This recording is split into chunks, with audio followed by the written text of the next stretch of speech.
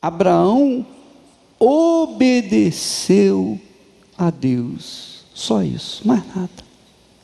Quando Deus lhe pediu o filho, ele obedeceu, mesmo sabendo que ia sofrer. E veja que Abraão levou 3 dias com o filho do lado para chegar até o monte Moriá e fazer o sacrifício. E isso que foi doloroso, foi mais doloroso do que amarrar o menino e quase matá-lo, porque ele sabia que o garoto ia ser sacrificado. Então Deus provou Abraão não para si. Deus sabia quem era Abraão e sabia que ele iria passar no teste, mas Deus permitiu que Abraão chegasse nos seus limites para deixar um exemplo para nós, um exemplo para você e para mim, e mostrar para vocês que entre o que nós vemos, pegamos, tocamos, e Deus, que é invisível, infinito, grandioso, só existe um caminho, é o caminho da fé. Porque você não vê Deus. Nós não vemos o Senhor Jesus, eu não vejo o Espírito Santo. Como é que a gente pode provar para esse Deus invisível, para essa pessoa poderosa, gloriosa, como que nós podemos provar, deixar de confiar no que nós pegamos, no que nós tocamos, para confiar nessa pessoa invisível? Como é que a gente pode provar isso? Só existe um meio: o sacrifício. O sacrifício.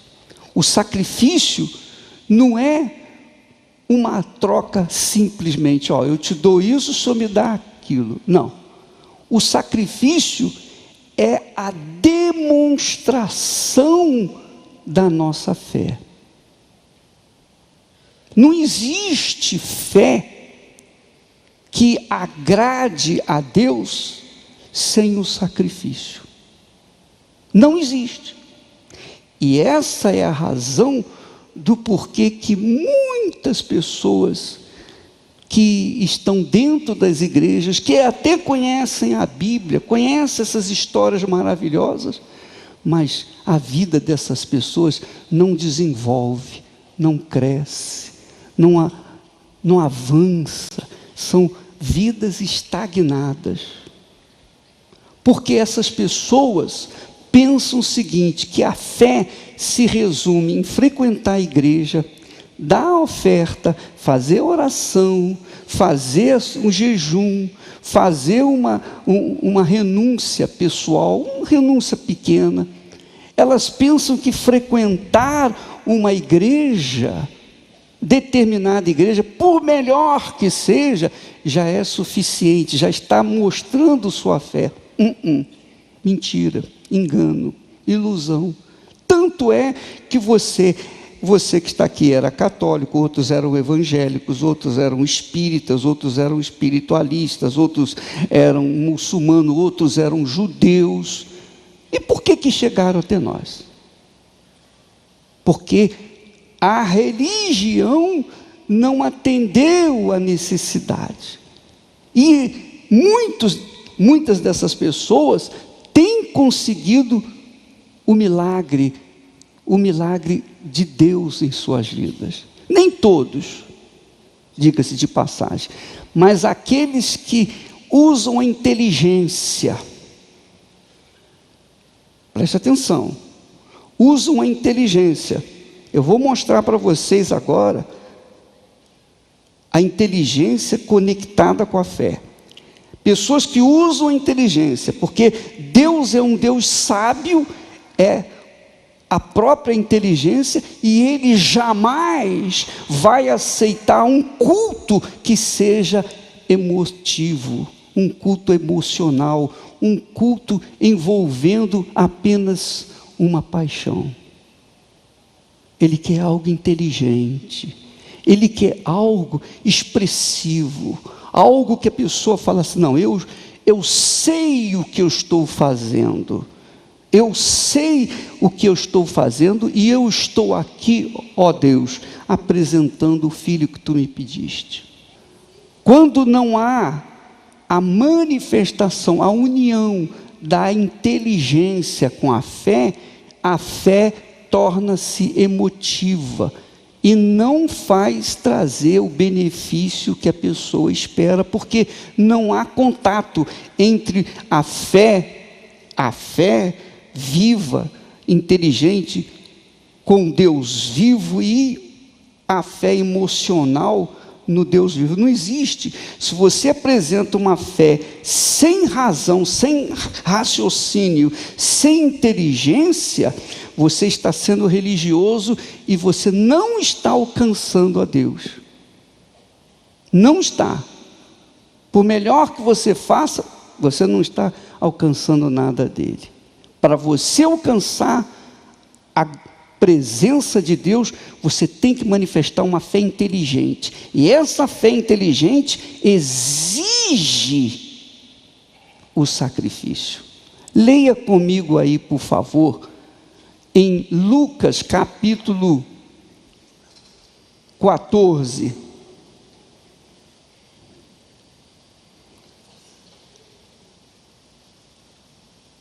Quando Jesus fala assim, 14, 25. Grandes multidões o acompanhavam, quer dizer, Jesus, acompanhava Jesus. E ele, voltando-se, lhes disse, se alguém, o quê? Vem a mim e não aborrece a seu pai, e mãe, e mulher, e filhos, e irmãos, e irmãs, e ainda a sua própria vida, não pode ser meu discípulo. Você vê que para ser discípulo de Jesus, a paixão, o amor familiar tem que ser deixado de lado. Primeiro, a obediência. Primeiro, Deus. Pense comigo, eu sei que muitas pessoas devem estar assustadas com isso. E qualquer que não tomar a sua cruz e vier após mim, não pode ser o meu discípulo. Aí, ele explica, olha só, aí vem a explicação. Ele diz assim, olha só, e fé inteligente. Qual de vós, pretendendo construir uma torre, não se assenta primeiro para calcular a despesa e verificar se tem os meios para concluir? Para não suceder que, tendo lançado os alicerces e não a podendo acabar, todos os que a virem zombam dele. Entende? Em outras palavras, olha só, você não tem condições de construir um prédio, mas você começa entusiasmado por uma fé emotiva. Não, Deus vai ser comigo, mas nas contas você não tem condições de terminar aquilo. Não, mas eu vou na fé. Fé é confiança, fé não tem dúvida, fé não deixa margem de dúvida, fé não tem sentimento, a fé é fé. Mas aí você começa a construir aquela torre ou aquela casa e depois não consegue pagar, e então você é ridicularizado. Você é ridicularizado. Mas por que você foi ridicularizado? Não, eu apresentei fé. Mentira.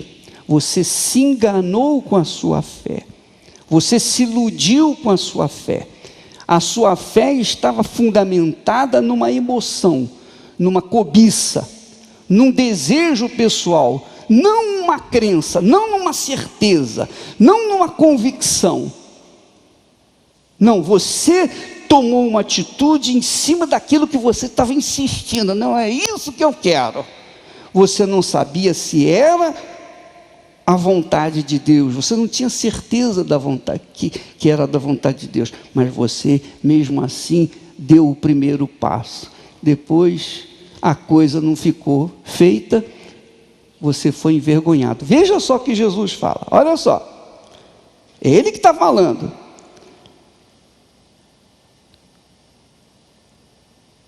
Qual, 31, versículo 31, ou qual é o rei que, indo para combater outro rei, não se assenta primeiro para calcular se com 10.000 homens poderá enfrentar o que vem contra ele com 20.000. Caso contrário, estando o outro ainda longe, envie-lhe uma embaixada pedindo-lhe condições de paz. Assim, pois, todo aquele que dentre vós não renuncia a tudo quanto tem, não pode ser meu discípulo. E quando eu estava lendo esse texto, eu lembrei quando eu era garoto, quando eu tinha 18 para 19 anos. Eu decidi, eu determinei, foi no mês de novembro daquele ano, eu determinei, não, esse mês, esse próximo ano, a partir de janeiro, eu vou começar a ser fiel a Deus, eu vou levar a sério a minha fé, vou levar a sério os meus compromissos com Deus, eu vou colocar a minha vida no altar. E dito e feito, quando foi em janeiro, eu comecei a ser fiel nos dízimos, eu comecei a, enfim, praticar aquilo que a Bíblia fala para que a gente pratique. Obedecer a palavra de Deus. Ora, com o tempo, eu vim a ter a experiência maravilhosa com Jesus, eu conhecer Jesus, não foi da noite para o dia. Eu não comecei a ser fiel nos dízimos e na mesma hora tive experiência com Deus. Não, não foi assim. Eu tive que insistir, permanecer na minha fé. Eu tinha que manter acesa a chama da fé. Eu não sabia do sacrifício, eu não sabia, porque o sacrifício que nós levamos as pessoas a fazer, fundamentado na palavra de Deus, na fé viva, na fé inteligente, eu não tinha conhecimento nenhum, absolutamente. Mas eu sabia que eu tinha que calcular, eu tinha que fazer os cálculos. Espera aí, eu vou realmente começar a servir Jesus com os meus dízimos, com as minhas ofertas, começar a fazer uma vida nova o ano que vem. Então, eu me preparei psicologicamente para que no ano, a partir de janeiro, eu começasse a fazer o que era certo. Para que então eu pudesse ser visitado pelo Espírito Santo. Então, eu pensei, eu raciocinei, eu meditei, eu fiz as minhas contas. Não adianta eu fazer uma entrega, não adianta eu simplesmente, movido por uma emoção, tomar uma atitude que supostamente é de fé, algo vibrante, algo emotivo, emocional, Se eu fizesse isso, então eu seria frustrado. E é o que muitos de vocês devem ter feito. Tomar uma decisão em cima, não da fé, mas da necessidade. Não, eu preciso disso, eu quero isso, eu quero porque quero, porque quero. Então, você toma uma decisão movido pela necessidade, movido pela paixão, movido pelo empenho, o desejo de tomar posse daquilo. Então você pensava, não, se eu fizer isso, Deus vai me dar aquilo. Não funciona, não funciona, não funciona. Você tem que calcular. Posso, como é que eu vou reagir? Como é que eu vou fazer? Nós temos aí um inimigo que vem com 20 mil, eu tenho só 10 mil. Espera aí, se eu não estiver absolutamente certo de que esses 10 mil valem mais do que aqueles 20 mil que vêm contra mim, se eu não estiver convicto, absolutamente convicto, eu não vou fazer besteira de sair à guerra com ele. Eu vou conversar com ele, eu vou fazer armistício, eu vou fazer paz com ele. É uma questão pessoal. A gente não sabe quem está, quem é, quem não é. Eu lembro que quando eu tinha a minha segurança, com o meu trabalho certo, ninguém podia me mandar embora, eu tinha alcançado um cargo relevante de alta, como se diz, de confiança, cargo de confiança, porque eu era o chefe da tesouraria. E naquela altura, eu estava bem, eu não tinha que trabalhar muito, mas o máximo que eu trabalhava era 4 horas, eu tinha as minhas regalias, mas dentro de mim havia uma paixão, um desejo, não paixão no sentido sentimento, mas uma paixão no sentido de fé. Eu tinha uma certeza, uma convicção, eu quero pregar o Evangelho, não é isso que eu quero, eu não quero dinheiro, eu não quero posição, eu não quero segurança no trabalho, eu quero ganhar almas. E então, quando apareceu a oportunidade, uma frestinha pequenininha que apareceu, então eu imediatamente assinei minha carta de demissão, deixei o certo, deixei 16 anos de casa para trás, eu tinha vários benefícios sociais, tinha muitos benefícios, e trabalhava pouco. Eu deixei tudo para trás com a idade de 30 anos, ou 32, mais ou menos, eu deixei tudo para trás, e me lancei naquilo que eu cria. Ninguém falou comigo, faça isso, ninguém falou assim, você tem que fazer, ou você deve fazer isso. Muito pelo contrário, eu só encontrei pessoas que diziam, nunca se deixe o certo pelo duvidoso. Porque isso é um sofisma, isso é uma lorota para quem anda pela fé. E se não der certo, diziam para mim, eu vou pelo menos saber se Deus existe ou não existe. Se Ele existe, eu vou arrebentar. Se Ele não existe, eu vou me arrebentar. Das duas, uma. Não vai ter outra coisa. Eu não vou depender de sorte, eu vou depender desse Deus invisível, que eu não vejo, mas eu tenho certeza que Ele vai fazer algo grande. Então, foi assim que eu entrei de cabeça no empreendimento de ganhar almas. E hoje nós temos a igreja espalhada no mundo inteiro. São milhões de pessoas. São milhares e milhares e milhares de pastores.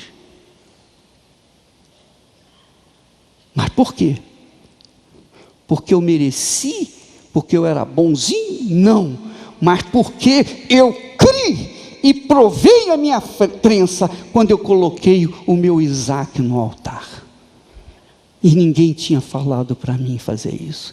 É uma voz aqui dentro. A voz da fé, minha amiga, meu amigo, é a voz do Espírito de Deus. É a voz de Deus. Quando ela fala, não há dúvida.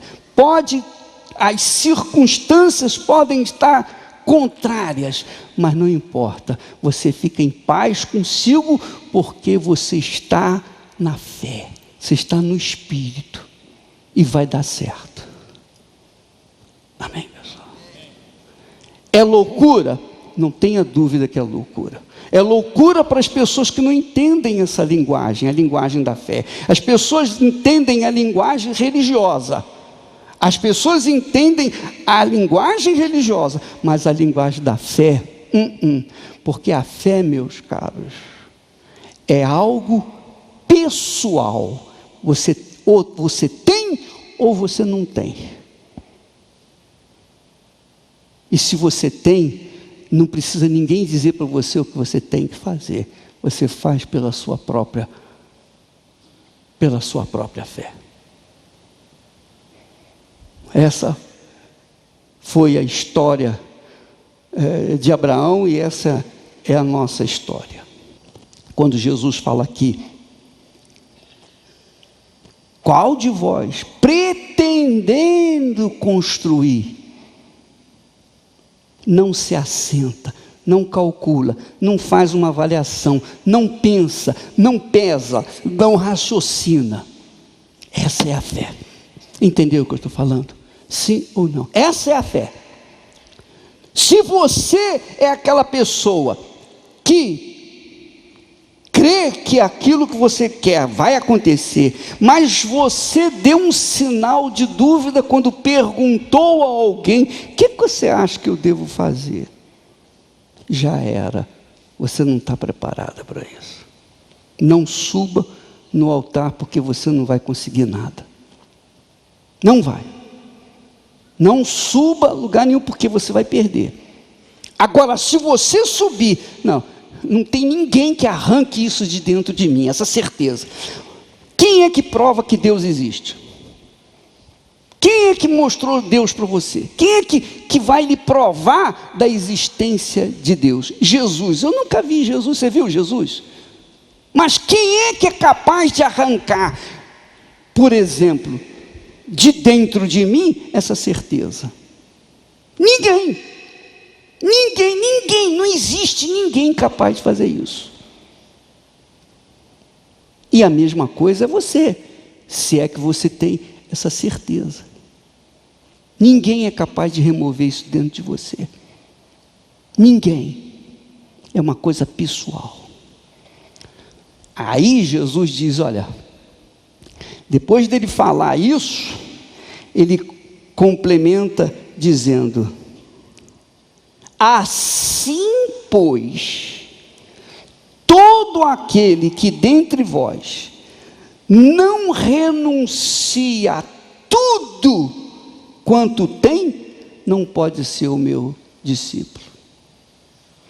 Poxa, bispo, então quer dizer que Deus quer tudo de mim? Mas se eu der tudo, como é que eu vou ficar? Aí é que está. É isso aí que Deus quer. Ele quer que você troque a sua confiança no que você vê para aquilo que você não vê. Isso se chama fé.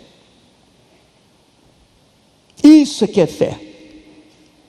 Essa é a fé que ultrapassa qualquer barreira. A fé que faz de você uma pessoa invencível. Essa é a fé que faz do mendigo um homem rico, um próspero empresário.